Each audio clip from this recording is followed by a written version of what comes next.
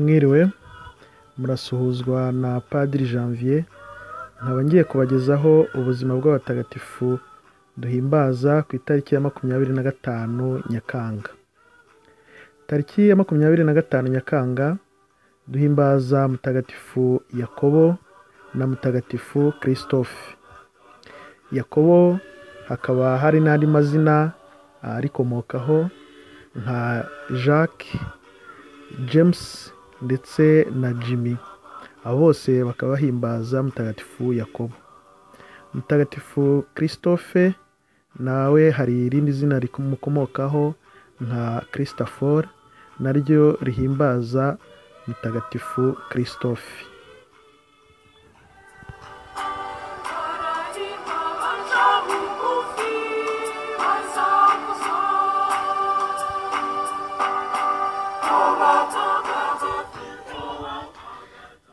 Tugiye kurebera hamwe ubuzima bwa mutagatifu Yakobo intumwa. Yakobo ni mwene Zebedeyi, akaba umuvandimwe wa Yohani, akaba ari bamwe mu ntumwa 12 za Yezu.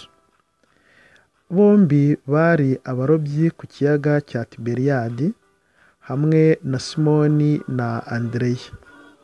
Ivanjiri itubwira ko bari mu bwato bwa se bariho batunganya inshundura zabo ubwo Yezu yahitaga hafi aho, maze akabahamagara ati nimunkurikire nzabagira abarobyi b'abantu, maze bagasiga aho se mu bwato bagakurikira Yezu.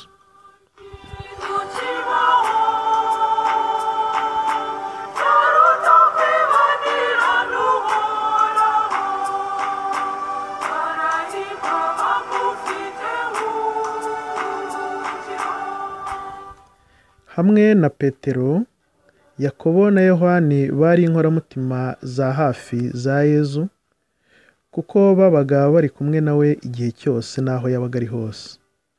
Nibo bari kumwe nawe ubwo Yezu yihinduraga ukundi ku musozi wa Taboro. Nibo kandi bari kumwe nawe ubwo yinjiraga kwa Yayiro agiye kuzura umukobwa we. Ni nabo kandi bari kumwe nawe ku musozi w'Imizeti. Yakobo ni wa wundi wabwiye Yezu ati Nyagasani, urashaka se ko dutegeka umuriro ukamanuka ku ijuru ukabatsemba?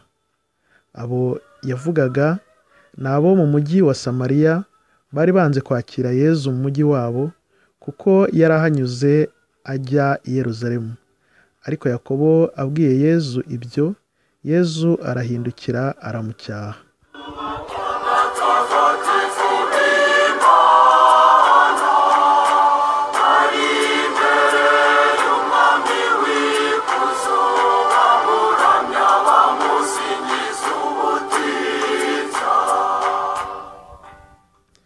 Yakobo na Yohani ni babandi umubyeyi wabo yaje gusaba Yezu imyanya igihe azaba yimye ingoma ye, maze Yezu akababaza niba biteguye kunywera mbere na mbere ku nkongoro agiye kunyweraho.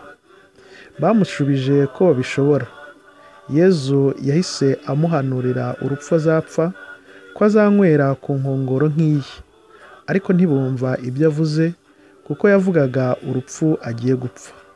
Kandi koko ni narwo Yakobo yapfuye, kuko yanywereye ku nkongoro imwe na Yezu, ahorwa Imana aciwe umutwe mu mwaka wa 43, ubwo umwami Herodi Agripa yatotezaga abakristu. Yakobo akaba ari nawe wabanjirije izindi ntumwa guhorwa Kristu. Nyuma y'umumaritiri wa mbere ari we Stefano, Yakobo niwe waje akurikiraho aba intumwa ya mbere ihowe Kristu.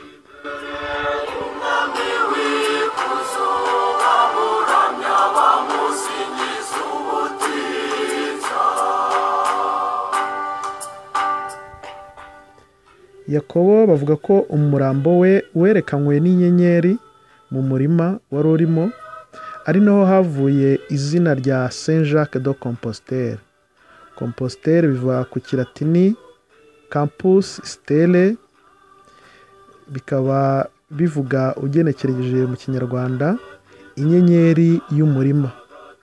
muri Esipanye bamufata nk'umuntu wabazaniye ivanjiri mbere y'uko yicwa, ndetse na nyuma y'aho yiciwe yakomeje kogeza Kristo abinyujije mu byasigaye bye bitagatifu, kuko aho iyi Compostelle hari mu hantu hasurwa cyane nyuma ya Yeruzalemu na Roma.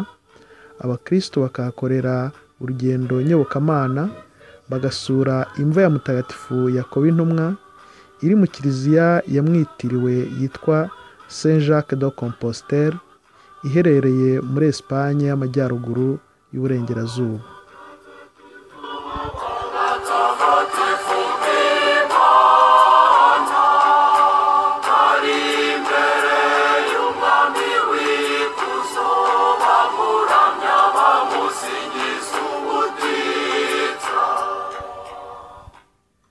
Tugiye kurebera hamwe noneho amateka n'ubuzima bya mutagatifu Christophe, nawe duhimbaza ku itariki ya 25 Nyakanga. Christophe ni uwahoye Imana mu kinyejana cya gatatu ahitwa Lisi, ni muri Turukiya y'ubu. Mu kinyejana cya kane nibwo yatangiye guhimbazwa bihereye muri Bitini, naho ni muri Turukiya y'ubu, aho hakaba hari na bazilika yamwitiriwe. Izina Christophe rituruka ku Kigereki, bishatse gusobanura mu Kinyarwanda umuntu utwaye Kristo. Christophe ni umurinzi w'abatwara abagenzi ndetse akaba n'umurinzi w'abagenzi. Christophe yari umugabo w'imbaraga, bityo akumva agomba gukurikira no gukorera umutware uruta abandi bose. Ajya ku mutware w'umujyi we azi ko ari usumba abandi, ariko nyuma aza kubona ko hari umwami uri hejuru ye umuha amabwiriza, nuko Christophe amuvaho yikurikirira uwo mwami. Umunsi umwe bari ibwami baza kuvuga shitani, babona umwami arakangaranye. Christophe amenya ko umwami nawe atinya shitani, ko burya umwami nawe ari umuntu uciriritse, ko hari ikindi kintu kiri hejuru kimusumba. Christophe amuvaho yiyemeza kujya gushaka shitani ngo abe ariyo akorera. Ageze ahantu mu butayu abona umusirikare wari ufite umutwe w'ingabo, amubajije iyo ajya. Christophe arasubiza ati ndi gushakashaka shitani ngo mukorere. Wa musirikare ati ni njye. Nuko Christophe yiyemeza kumukurikira. Bageze hafi y'inzu y'abamonaki hakaba hari umusaraba, abona shitani irirutse. Ati bite se? Shitani iti imbere y'umusaraba nanjye ngira ubwoba. Christophe ati nta kigenda, ava kuri iyo shitani ashaka Yezu, kuko ari we yari abonye uruta abandi bose. Nuko ajya kubaza abamonaki uko yabona Yezu. Bati kugira ngo ubone Yezu ni mu gusiba kurya, gusenga no gukora ibikorwa by'urukundo. Mu bikorwa by'urukundo Christophe yemeza kubaka inzu hafi y'umugezi akajya yambutsa abantu.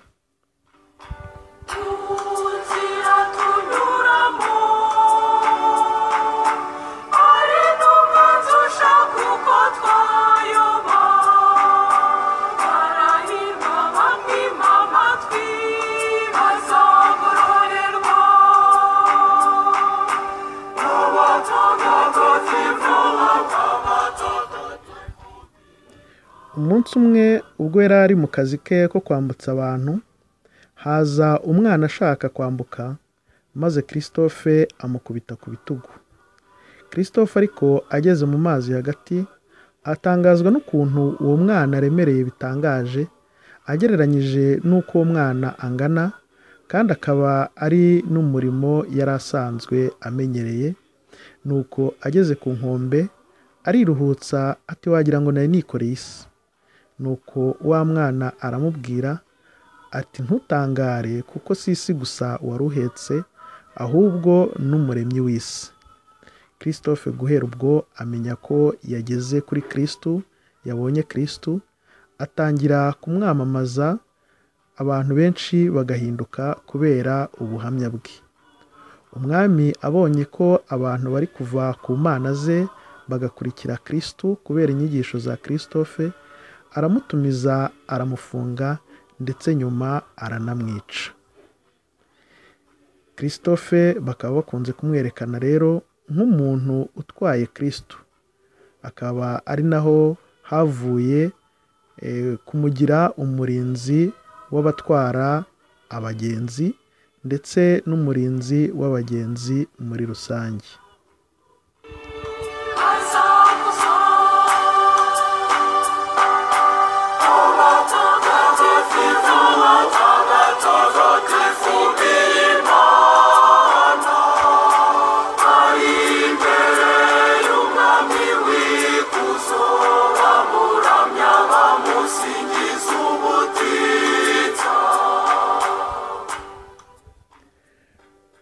Umunsi mwiza kuri ba Christophe na ba Christopher, umunsi mwiza ku bitwa ba Yakobo, ba Jacques, ba James na ba Jimmy, umunsi mwiza kandi ku batwara abagenzi ndetse namwe mwese mu ngendo zanyu, mujye mwiyambaza mutagatifu Christophe mu ngendo zanyu. Umunsi mwiza rero mwese mwari mukurikiye iki kiganiro, ibi mwabigezwagaho na Padiri Janvier.